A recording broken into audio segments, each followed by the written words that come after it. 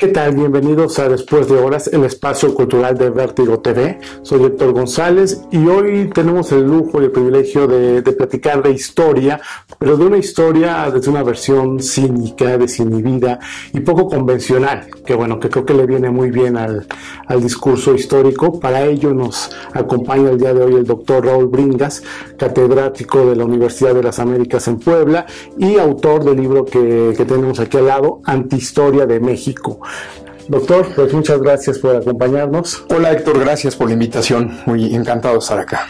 No, el placer es nuestro, doctor. Bueno, pues para hablar de este libro, Antihistoria de México, ¿qué es la antihistoria? Empecemos por ahí. Bueno, la idea de una antihistoria es una historia que está desideologizada, que no entra en ninguna corriente de pensamiento, no es de izquierda, no es de derecha, no es anticlerical, no es clerical. Yo creo, prácticamente, mejor dicho, yo no creo en nada, y esa es la versión de mi historia. No tomo partido por nadie, simplemente trato de abrirle los ojos a la gente sobre la historia que les han contado. Pero ¿no cree por convicción, por desencanto? Es un poco de todo, un poco de desencanto, un poco de nunca habérmela creído. En este sentido ha habido grandes pensadores mexicanos, pero no reconocidos por la oficialidad, como Parménides García Saldaña, que no se creían las cosas. Y yo creo que yo abrevo de esa corriente, y desafortunadamente en la academia hay muy pocos que piensen así. Usted habla de una historia cínica, sí, ¿no? ¿Qué es la historia cínica? Es una perspectiva así que académica. Sí, la historia cínica se inspira, en Diógenes, un gran filósofo griego que no creía en nada, dudaba de todos, y su versión reciente académica es un gran historiador estadounidense llamado Charles Byrd, que pensaba que los grandes hombres hacían la historia porque defendían intereses, porque les convenía. Y esa es mi visión de las cosas. Yo no creo que haya un solo héroe de la historia mexicana que haya hecho las cosas porque creía en el país, porque creía en la patria, porque creía en ideales nobles. Yo creo que todo el mundo defiende sus intereses, y mi visión es que si los políticos de ahora son de la manera en que todos pensamos que son, ¿por qué los grandes hombres del pasado no iban a ser diferentes a ellos? Uh-huh. En este sentido, estamos hablando de mitos, ¿no? La historia mexicana, creo que todas las historias, uh-huh, están llenas de mitos. ¿Son necesarios los mitos? ¿Por qué construimos mitos alrededor de nuestros episodios? Eso me han preguntado mucho, si al destruir los mitos no estoy atentando contra valores, porque a veces los mitos son necesarios para crear un espíritu nacional, el sentido de patria, de pertenencia. Yo creo que los mitos, como los Reyes Magos, es muy bonito tenerlos, pero hay que deshacerse de ellos. Y yo pienso que hasta el momento no ha habido un verdadero desmitificador de la historia de México, porque la gente de izquierda dice desmitificar, pero desmitifica lo de la derecha, y la de derecha desmitifica lo de la izquierda. Yo creo que para ser un verdadero desmitificador hay que estar libre de la influencia nociva de las ideologías. Claro, porque, unos mitifican a unos, y uh-huh, unos mitifican a Juárez, sí, otros mitifican a Madero, otros mitifican a Villa. Sí. Todo está lleno de mitos. Claro, y la gente que se dice desmitificadora, en cuanto le tocas a uno de sus ídolos, te das cuenta que son uno más del montón, ¿no? La derecha defiende a gente como Lucas Alamán y critica a Juárez, la izquierda defiende a gente como Juárez y critica a Lucas Alamán, pero en realidad los dos están cayendo en lo mismo, que es tener dioses. Ahora, este es un vicio político, un vicio de la academia, que tanto la academia, los historiadores, son responsables de esto, porque usted sabe que también hay sectarismos entre los historiadores, y cada uno tiene sus consentidos.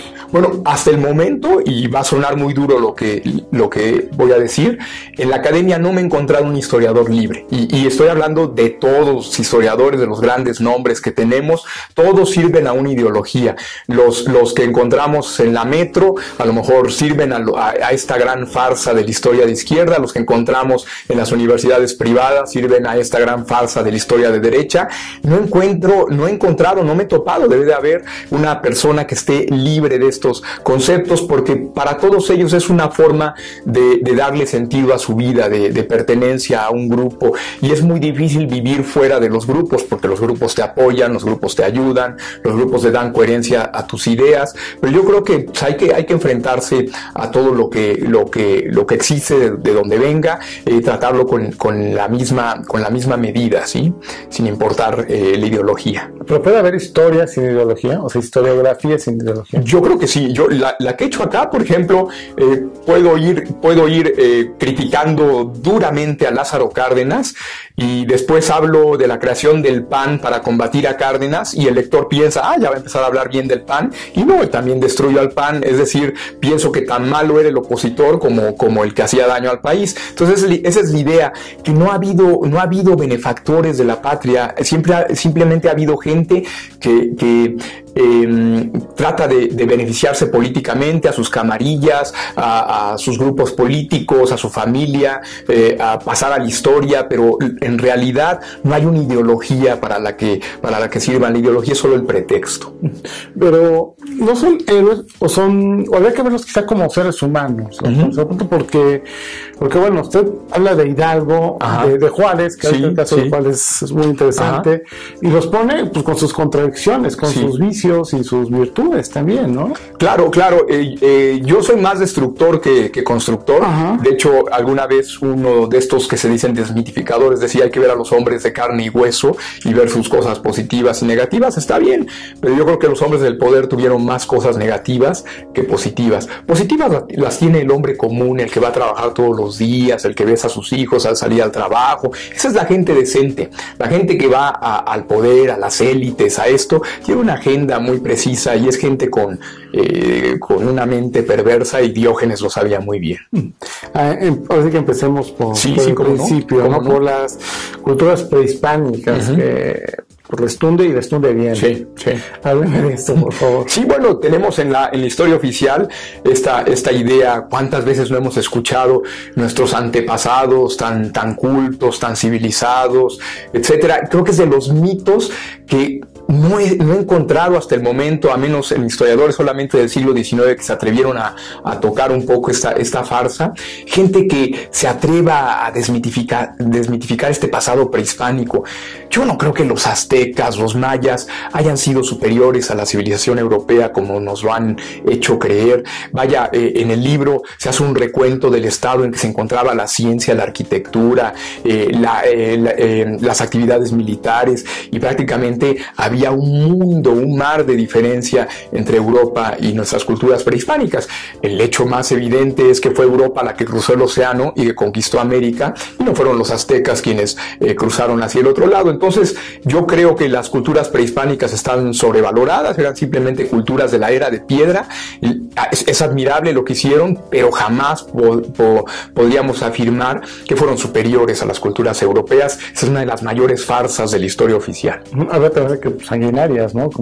Terriblemente sanguinarias. Sí, los españoles fueron sanguinarios, y eso es algo muy importante. Cuando yo critico algo en el libro, no es para favorecer al otro bando, ¿no? Porque se le tunde a los españoles a la masacre de indígenas, pero Mesoamérica respiró con cierto alivio cuando se terminó esta sangría de los aztecas, ¿no? Que era terrible la manera en que sacrificaban gente, y no solo los aztecas, los mayas, los mixtecos. Eran culturas basadas en la sangre. Pensar que era gente que vivía con la naturaleza, en armonía, que lo hemos visto mucho en sus bailes, y este rollo que nos echa la historia oficial. No, la verdad es que debió haber sido terrible vivir en esos años. Pero ¿por qué este manejo? Bueno, supongo que tiene que ver con el nacionalismo, ¿no? Sí. La cultura indígena en un discurso quizá un tanto ambiguo y contradictorio a veces, se convierte en orgullo. Sí. Es el origen de México, ¿no?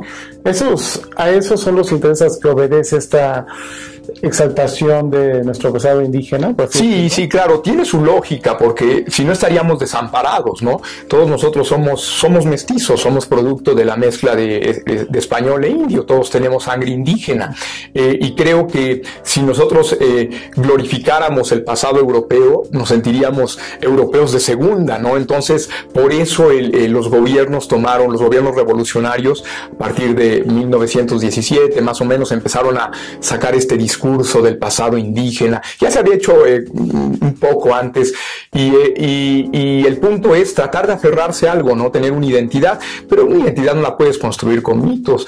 De hecho, podemos decir somos diferentes, somos mestizos, pero eso no nos debe llevar a decir fueron grandes civilizaciones más avanzadas que los europeos, grandes a lo mejor sí lo fueron, pero de ninguna manera superiores a Europa, y creo que la diferencia queda muy clara en el libro.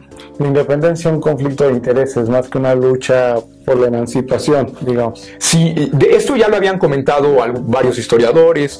Villoro es uno de los que más lo trató.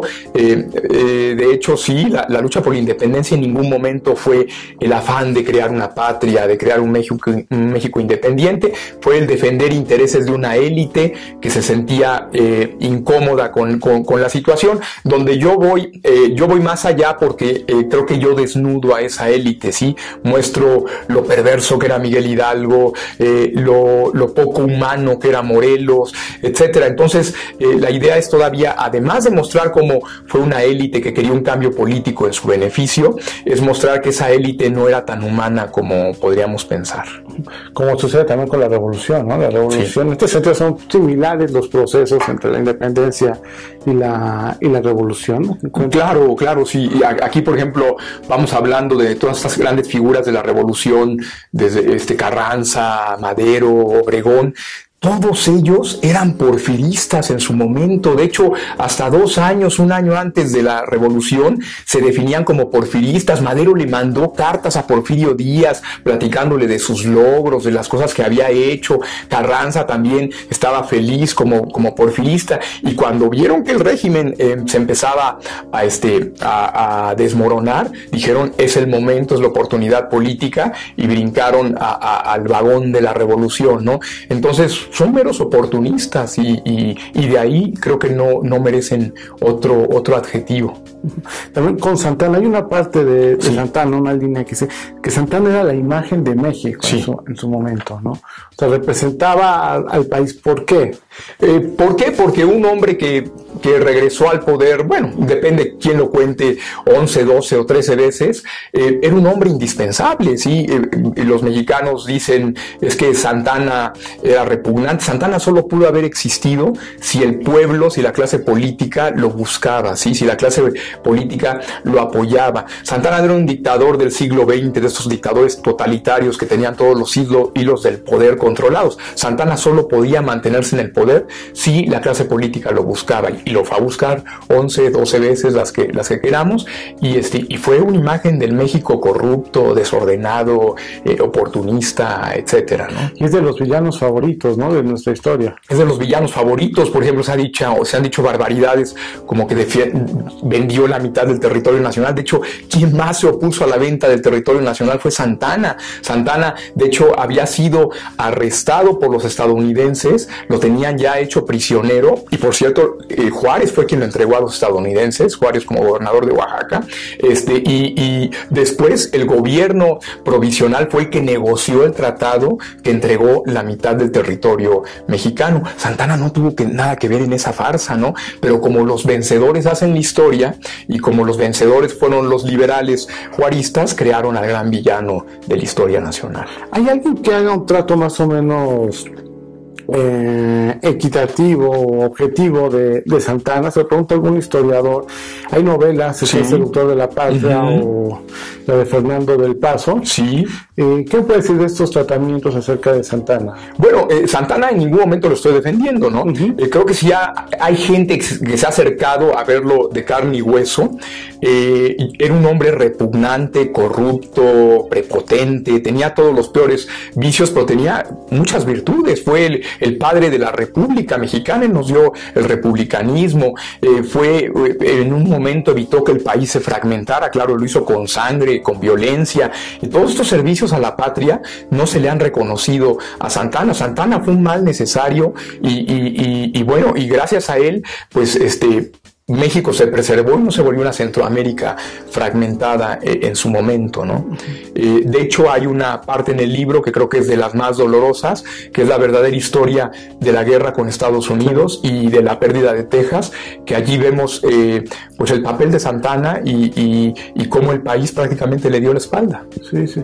Y ahí entra otro personaje, Benito Juárez, sí, del que plantea, sin escatimarle sus logros, porque creo que es muy ecuánime, sí, la forma en la que Juárez defendió así que el territorio, en el momento en el que tenía que hacerlo, pero también habla de su obsesión por el poder, de su autoritarismo, de su ego, y de un episodio poco se ha nombrado, al menos yo no lo conocía, que hábleme de esto, de su tutor. Sí, bueno, siempre hubo dudas de la sexualidad de Juárez, y curiosamente me sorprende que no lo haya visto reflejado en alguna obra, cuando había caricaturistas de esa época que llegaron a pintar a un Juárez con una masculinidad en tela de juicio, ¿no?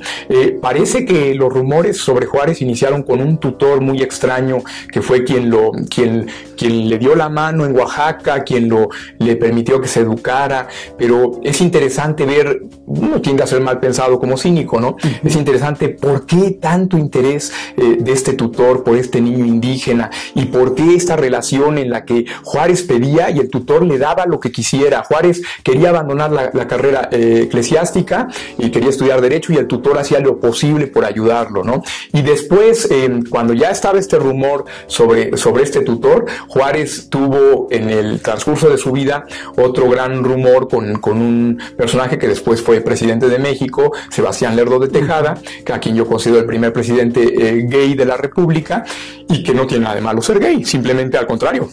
Se elogia que no se haya casado, ¿no? Y esta relación de Juárez con el tutor y después tan cercana con Lerdo de Tejada, que incluso generales como Berriozábal, el propio Díaz, decían, ¿por qué pasa tanto tiempo Juárez encerrado con este hombre? Y no me atrevo a afirmar en el libro, porque soy un historiador, no soy novelista histórico, no me atrevo a decir Juárez se interesaba por esta sexualidad, pero simplemente dejó la puerta abierta, pudo haber ocurrido. Pero en este sentido, ¿cuál sería la fuente en este sentido? Su fuente, ¿es la interpretación, la suspicacia? En este caso, por eso no me atrevo a afirmarlo, es la suspicacia, ¿sí? Hay un historiador, Max Hahn, de la Universidad de Bremen, si mal no recuerdo, que publicó un libro a principios de este siglo XXI, 2000 y tantos, sobre la sexualidad de Hitler, un historiador muy, muy serio, pero hace lo mismo que yo. Ve muchos elementos que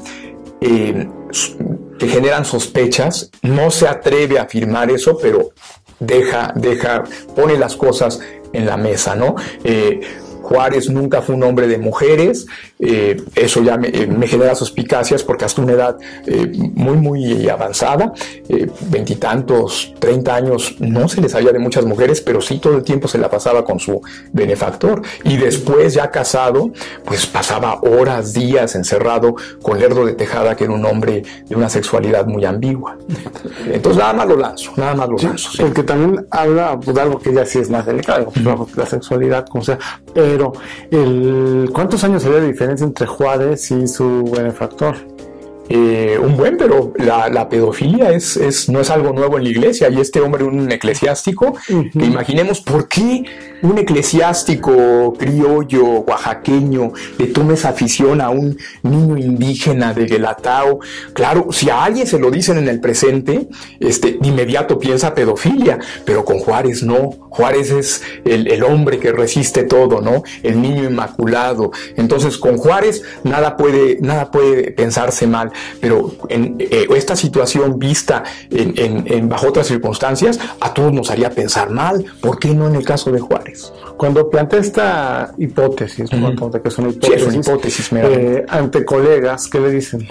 Mire, ya he tenido tantos problemas. Me acuerdo que una vez la gran historiadora Cecilia Galeana me invitó a esta celebración de los 100 años de la Constitución allá en Querétaro, y había puros notarios y gente así, y cuando uno sale con esta versión de la historia, ya sé lo que va a pasar, porque la gente en la academia, y me atrevo a decirlo, está anquilosada, está atelarañada. La gente que se atreve a decir cosas es la gente que se toma libertades literarias, ¿sí? Pero la gente en la academia tiene que proteger una reputación, y algo que diga más allá ya significa transgredir. Entonces a veces me dicen algunos colegas, oye, pero ¿por qué estás diciendo eso? Van a perder la confianza en ti. No me siento, me critican, pero no creo que eso disminuya la reputación de un historiador, sí, pero sí reaccionan un poco sorprendidos. También con Lázaro Cárdenas, es muy duro. Sí, muy duro con Lázaro, sí. Que es otro de los tótems, ¿no? De nuestra historia. Sí. Y más ahora que se discute una reforma energética, claro, todo el mundo se la pelea. Sí, Lázaro Cárdenas yo creo que fue bastante nocivo. Tuvo sus cosas positivas, ver un libre pensador, eso es muy agradable, pero tuvo cosas muy nocivas como su autoritarismo. El mayor fraude electoral de la historia mexicana lo creó, lo impulsó, lo desarrolló Lázaro Cárdenas. De hecho, la gente ha pensado, siempre han dicho, Lázaro Cárdenas era muy popular. No es cierto. Terminó siendo uno de los presidentes más impopulares de México, al grado de que tuvo que imponer a su sucesor Ávila Camacho a fuego, a represión, usando a los peores asesinos como Santos, uno de los peores caciques que ha tenido México. No se ha visto esa cara autoritaria de Cárdenas. Cuando un empresario chocaba con él, era expropiación, eran manifestaciones frente a las fábricas, era manipulación de los obreros. Tiene muchos elementos negativos Cárdenas que la historia oficial no se ha atrevido a discutir. Ahora, revisando su libro, pues una de las conclusiones que saco es que varios de nuestros héroes históricos, de nuestros próceres, coinciden en varias cosas, pero dos no son muy positivas, son autoritarios y antidemocráticos. Sí. ¿Eso qué dice de la historia de México? Pues habla muy mal, por ejemplo, algo que yo creo que hace la grandeza, hace tan grande a Washington, el presidente de Estados Unidos, es que cuando le tocaba un tercer periodo dijo no queremos crear una tiranía aquí, y renunció voluntariamente. Esto no quiere decir que Washington fuese buena persona, porque así como pienso cínicamente de los mexicanos, creo que así son los estadounidenses. Eso habla de que no tenemos una cultura democrática, que la gente del poder busca el poder por el poder, y la única razón por la que nuestros presidentes modernos no se están perpetuando en el poder es porque generarían un grave problema político. Pero hay una enfermedad de poder entre nuestra clase política que viene de Hidalgo, pasa por Villa, pasa por Zapata, pasa por Cárdenas, por Calles, hasta el presente, ¿no?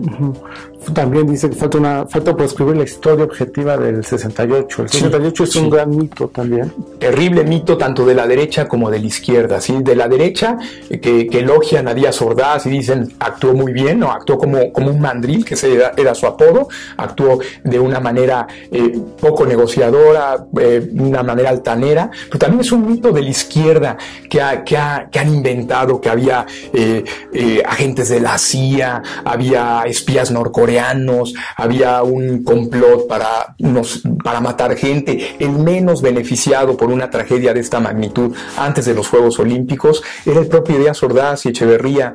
Yo creo que el 68, desmitificado, fue simplemente una comedia de errores, granaderos militares mal entrenados, improvisación, salieron mal las cosas, y tan es así que la propia clase política se lamentó lo que había pasado al final del día. Fue una comedia de errores, y creo que nadie se ha atrevido a verla así, porque nos gustan las conspiraciones, nos gusta estar pensando en que iba a haber un golpe de estado de los militares y tanta cosa que se ha escuchado. De hecho, creo que ninguna acción me dice que haya habido el afán de masacrar, salvo la estupidez de los militares enardecidos. ¿Qué conclusión sacó después de terminar el libro sobre la historia mexicana, ya para concluir? Sí, bueno, la idea es que la historia mexicana, como la de todos los países del mundo, es una historia llena de mitos, una historia manipulada en beneficio de las élites.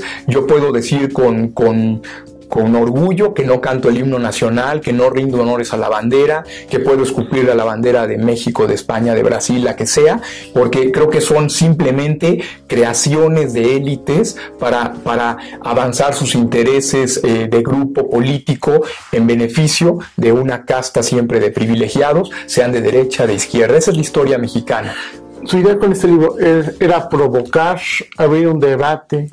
No, la idea no era ni provocar ni abrir un debate, la idea era simplemente decir lo que yo he pensado, le gusta a la gente, no le gusta a la gente, y simplemente lo traía aquí, y creo que no ha habido una historia hasta el momento con esta orientación. Hacía falta, mi orientación abreva un poco del anarquismo, del libertarianismo estadounidense, del liberalismo ortodoxo, y yo creo que esa interpretación de la historia mexicana no existía. Yo creo que refresca mucho, ¿no? Más allá de que tenga simpatizantes o críticos, bueno, creo que es refrescante abrir otras posibilidades de la interpretación, porque la historia también es mucho de interpretación, de quién la interpreta, ¿no? Claro. ¿Habrá un segundo tomo de esto que llegue hasta ahora? ¿Qué está pensando hacer antes? Porque la idea era terminar en 1970, que era cuando se acabaron creo que los grandes mitos de la historia. En el presente nadie pensará que Fox o Enrique Peña Nieto son héroes nacionales, ¿no? Ya la gente es más cínica, ya no se cree las cosas. A lo mejor podemos hablar del mito de la transición, ¿no? Sí, del mito, es un mito, creo que en la conclusión digo, transición democrática pues nunca la hubo, ¿no? Ese tipo de cosas, o el mito de cuando hubo la gripe aviar, la influenza, y el gobierno dice que se movilizó muy bien y se movilizó torpemente, ¿no? Hay algunos pequeños mitos, pero ya no son estos mitos gigantescos del pasado. Por eso yo creo que ya no lo haría. Doctor, pues le agradezco mucho su presencia aquí en los estudios. Al contrario, muchas gracias a ustedes por tenerme aquí. Eso es todo por hoy. Pues si quieren leer la historia desde una posición diferente y pues que no, les levante alguna ámpula que los deje pensando sobre todo, aquí está Antehistoria de México de Raúl Bringas. Muchas gracias y nos vemos a la próxima.